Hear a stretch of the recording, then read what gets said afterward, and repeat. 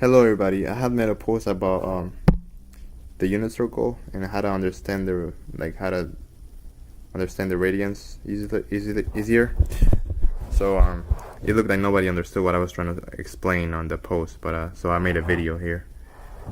It's really simple. All you have to do is you have to remember the just 3 radians from the first quadrant, and then if you know the three radians, then you know everything else. So for pi over 6, for example, over here, pi over 6 is for the first quadrant is the same thing, you see, which is pi over 6. For the second quadrant, it's 1 less the denominator.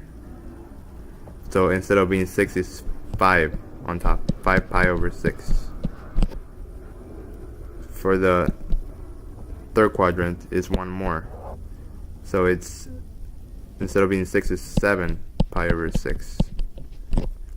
And for the fourth quadrant is the denominator times 2 minus 1. So instead of being 6, it's 6 times 2 minus 1.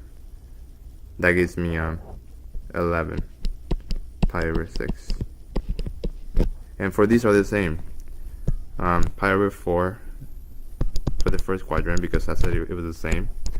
Pi over, that'll be at 3 pi over 4 because it's 1 less.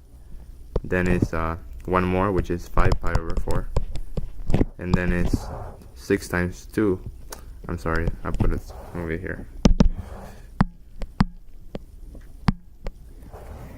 Like I said, it's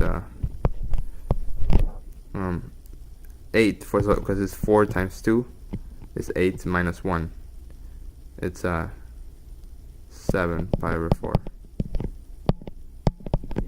Then over here, like I said, it was the same thing for the first quadrant. For the second quadrant, I keep putting 6 pi over 3 is at 1 less, which is 2 pi over 3 for the second quadrant. 4 pi over 3 because it's 1 more, you see? It's 1 more, so 3 is the denominator and then it's 1 more, so 4. After 3 is 4. And then 3 times 2 is 6 minus 1 is 5 pi over 4. Over 3, I mean, because we're talking about 3. You see? The denominators are the same. You see?